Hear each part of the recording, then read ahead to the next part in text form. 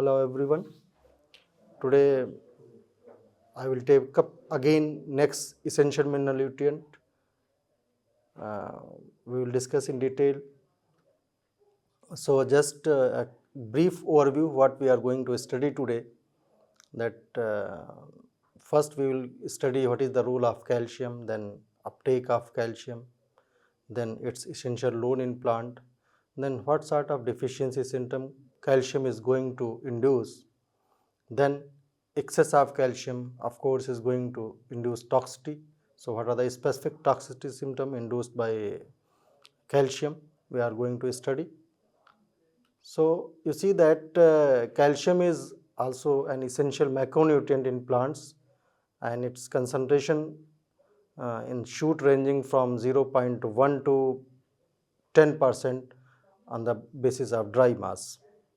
So in this regard, calcium is the second most abundant essential element in plant ash, and whereas potassium stands most abundant. So you see that like potassium, calcium is involved in regulation of growth and development, and basically it is required for structure as a structural role in the formation of cell wall and membranes, and as well as for activating certain enzymes and in coordinating various cellular activities. So basically you see that calcium also acts as a second messenger in many physiological processes in plants, including response of plants to stress condition. Additionally, this calcium also helps to balance organic acids within the plant and is involved in the formation of compounds that make up the part of the cell wall. So in this way help in strengthening the plant structure. Now next question is how calcium is taken up by the plant. So this is also a very crucial process that involves several mechanisms to ensure the adequate levels of this essential nutrient for carrying out various physiological functions. So you see that basically the uptake of calcium by plant generally takes place primarily through the roots from the surrounding solution. You see that calcium is present in the soil.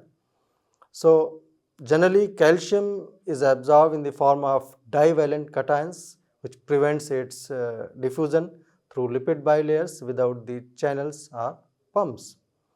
So what happens within the roots? Calcium enters the xylem primarily at the apical region of the root tip, where the endodermis has not yet differentiated.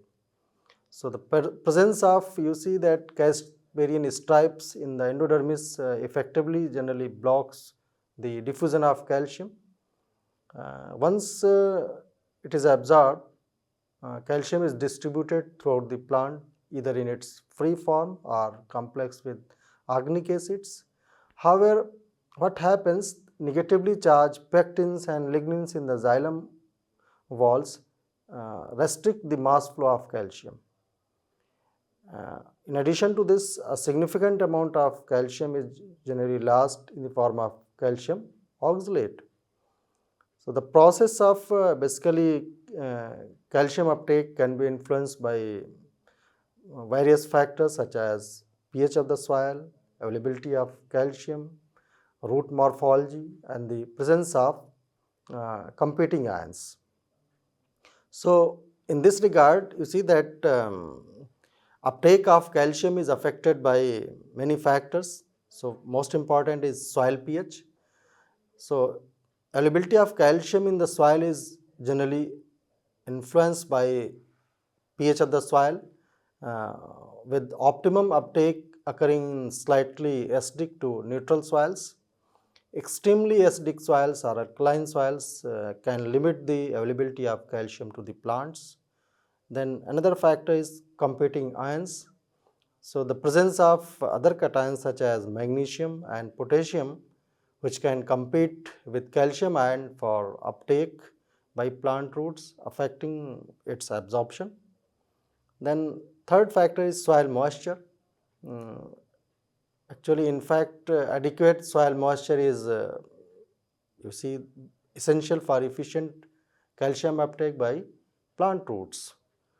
In addition to this, drought condition generally could affect the availability of calcium uptake, and that could lead to also its deficiency.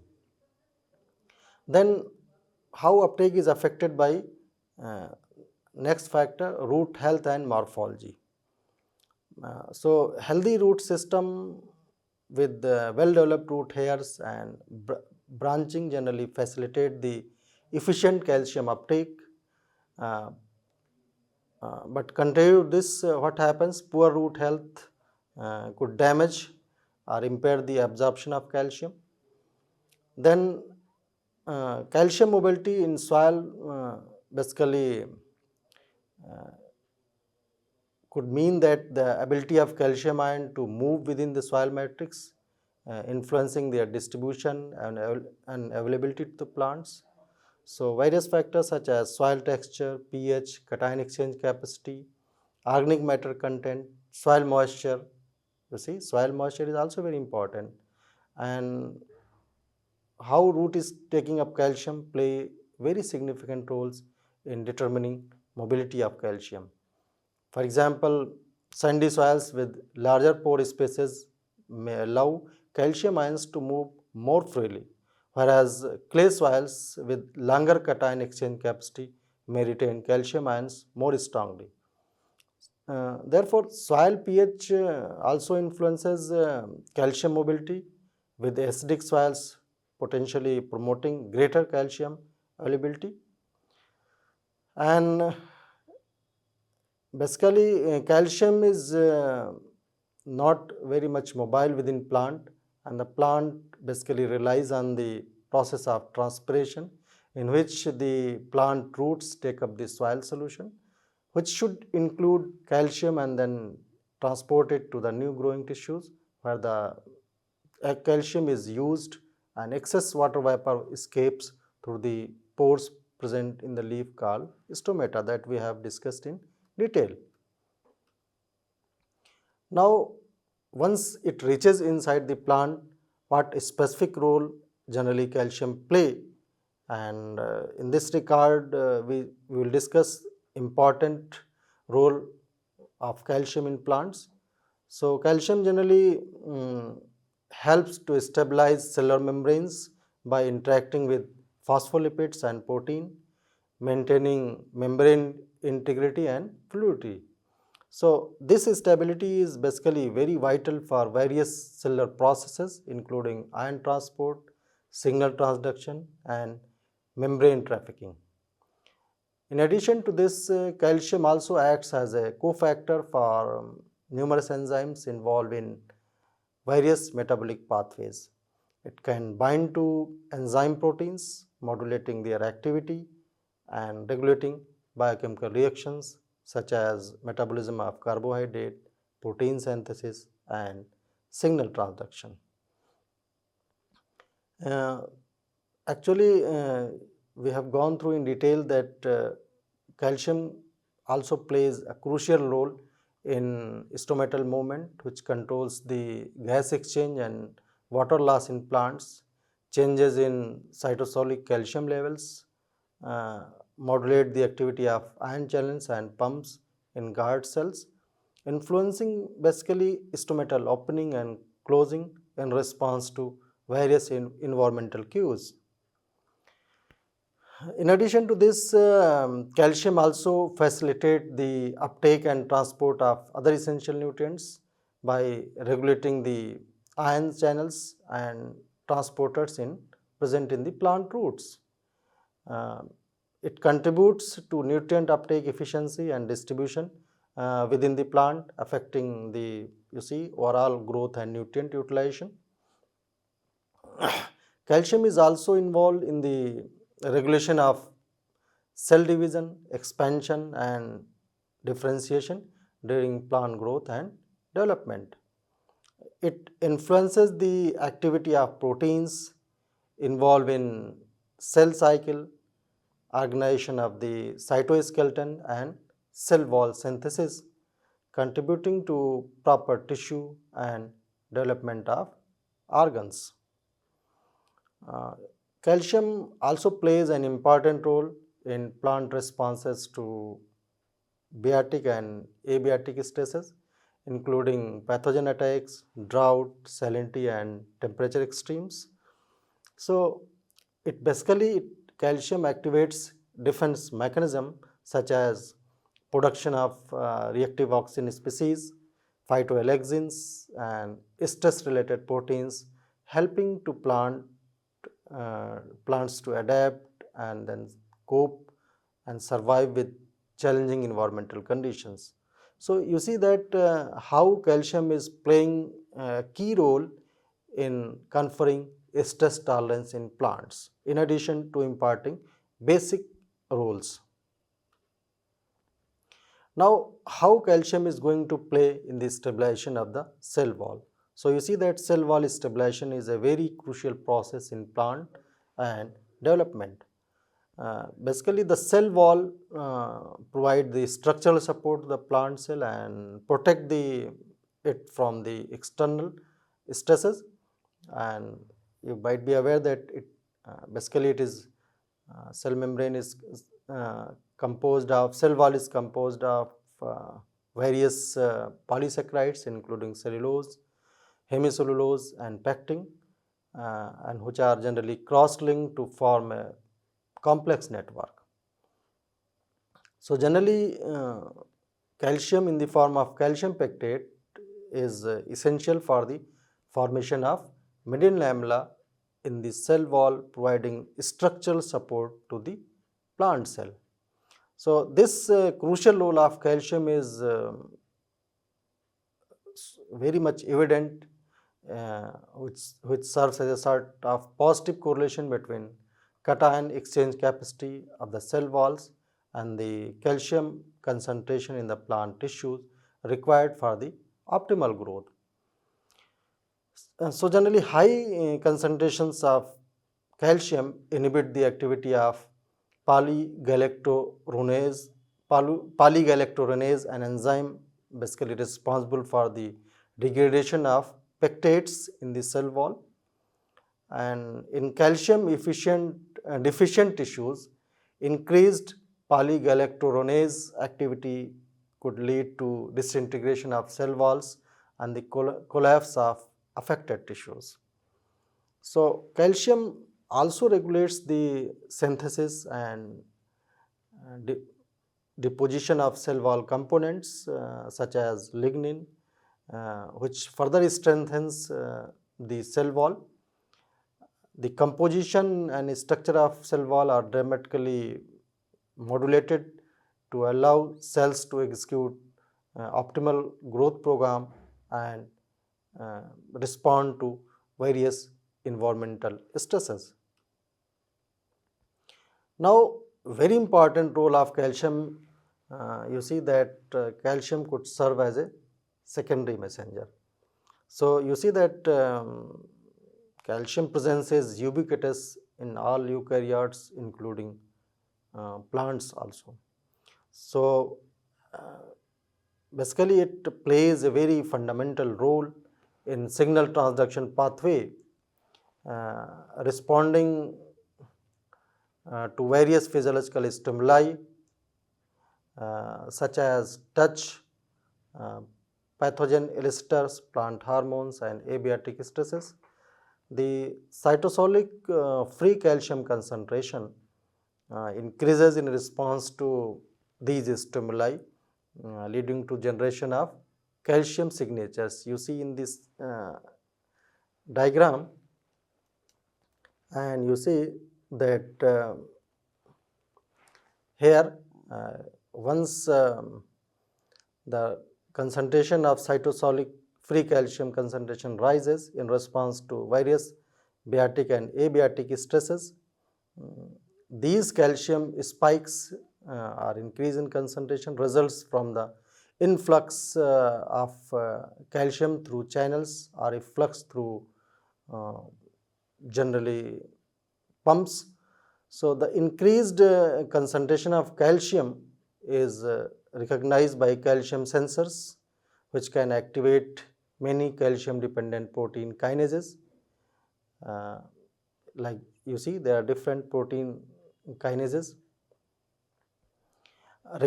regulating the function of many genes, including stress responsive genes, and resulting in the phenotypic response of stress tolerance.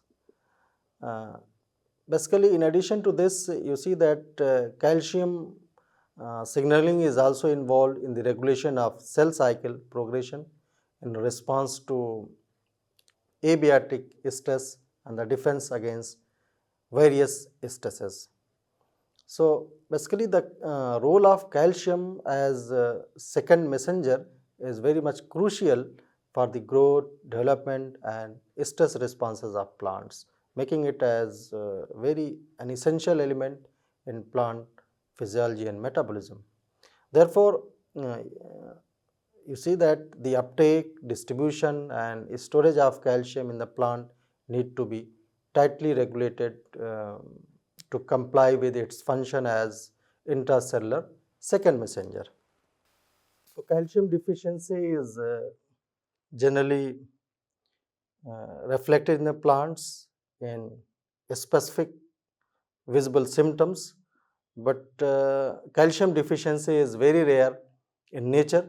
It may occur on soils with low base saturation or high levels of acid deposition.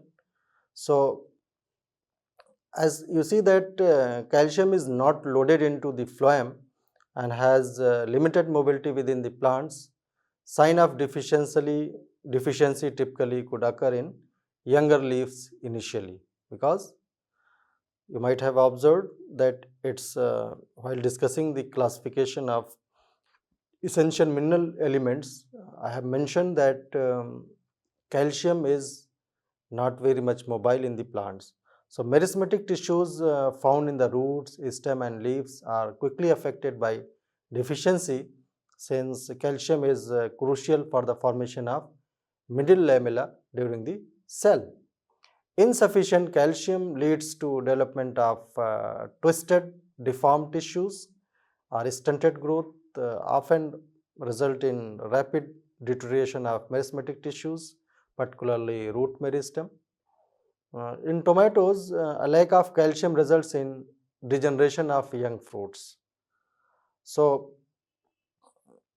generally the root system of a calcium deficient plant may appear brownish, short and highly branched, and severe deficiency could lead to stunting, and particularly if the meristematic regions of the plant they are more affected.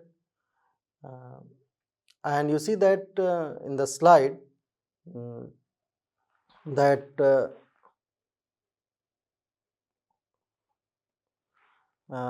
this is the celery plant, and celery plant looks like coriander plant, but there are certain basic differences between these two plants. So you see that the young leaves they are necrotic here, you see, and the growing point basically dies, which are celery plant is deficient in calcium. So, the growing tips of the celery plant you see become necrotic or dead, and you see that here interveinal chlorosis and necrosis of the leaves you see that appear. First chlorosis, interveinal chlorosis and necrosis, but this necrosis could be visualized initially in that case of deficiency of calcium in the younger parts, whereas the deficiency of potassium could be visualized in the older part. So, in this regard the calcium calcium is very much different from potassium. Now, next essential mineral element is silicon. So, silicon is generally most abundant element in the earth crust following the oxygen, and basically silicon exists in the form of silicates. Generally it serves as a metalloid, and it is required by the plant and could serve very much beneficial to the plant under specific conditions. Now you see that how silicon is taken up by the plant and then transported to different parts of the plant. Basically silicon occurs in the soil in very much abundance amount as silicon oxide, and also um, it could be present in the containment in the glass containers, atmospheric dust and nutrient salts.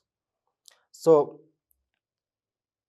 in the soil basically plants absorb silicon more exclusively as monosalicylic acid, which could be abbreviated as S2SI4, and it is absorbed basically by diffusion and transpiration induced root transport. The uptake of silicon in plant is basically facilitated by various specific transporters, including LSI1 and LSI2. That is, you see in the slide there are two transporters which are generally reflected in the slide, namely LSI1 and LSI2. These transporters basically play a crucial role in movement of silicon across plant cell membranes, enabling its uptake from the soil solution in the roots and subsequent transport to different plant tissue. In the plant tissue, generally silicon gets accumulated as hydrated silica, that is silicon oxide with varying number of hydrogen molecule in the cell walls, especially in the epidermal cells, endoplasmic reticulum and intercellular spaces. Now what are the specific role of silicon? So basically silicon has been noticed to strengthen the cell walls of the plant, and members of family basically equisetaceae family require silicon to complete their life cycle, where it may comprise up to 16% of the dry matter. So their concentration could very much significant in the members of the family equisetaceae, and generally it is very much beneficial to range of higher plant species, especially grasses, where it may comprise generally 1 to 2% of the dry matter and could involve in improvement of the growth and fertility. And different forms of the silicon basically complexes with polyphenols and may serve as an alternative to lignin in providing strength to cell walls. Additionally, you see that silicon has the potential to mitigate the toxicity of various heavy metals, and it has been shown beneficial effects on the metabolic process of the plants in different plant species.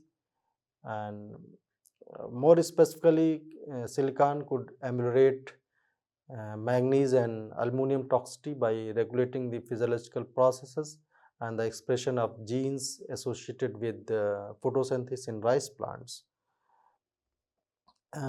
Silicon also plays a role in regulating source to sink metabolic homeostasis and promoting the growth of rice plants under sulfur deficiency. So this is the typical equisetum tilmatia plant showing specific deficiency symptom of silicon. So that could be well visualized in this plant belonging to members of family Equisetaceae. This is one of the representative plant, equisetum. Now you see that just I mentioned that the deficiency symptom of silicon generally rarely appears because of its abundance in the earth crust. But once silicon is deficient, it could lead to various malformations in new leaves, roots or stems, including hardening and thickening of the stem. And deficiency of silicon can also increase a plant's susceptibility to certain diseases such as powdery mildew, and lead to reduced photosynthesis activity and generally lower grain yield.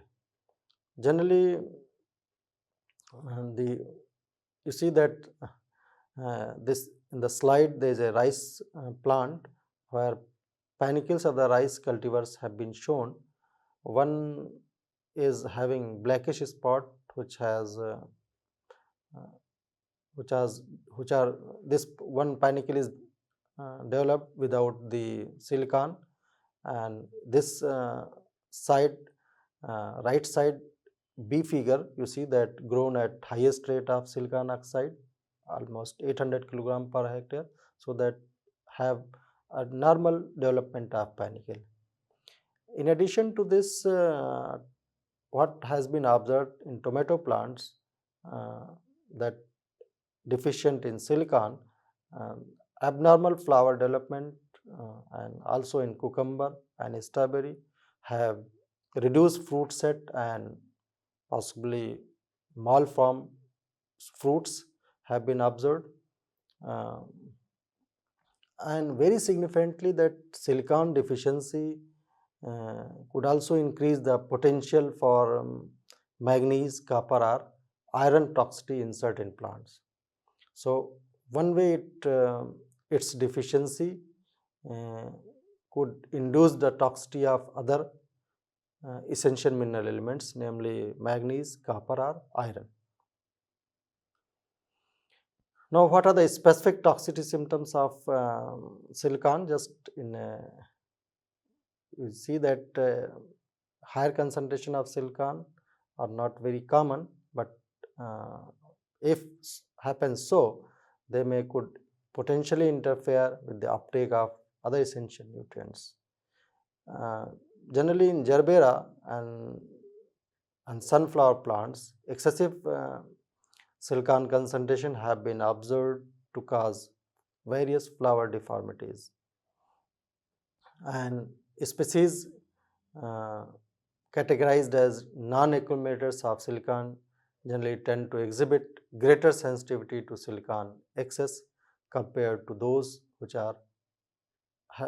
serves as accumulators of silicon. So this is all about the silicon. Just you see that in tabular form I have shown you the important role played by major macronutrients, namely nitrogen, phosphorus, potassium, sulfur, calcium, magnesium, and you see that some of the important functions of each essential mineral elements in metabolism have been mentioned, and what are their function at the whole plant level. So a comparative accounts of special role could be compared of each essential mineral nutrients by referring this table.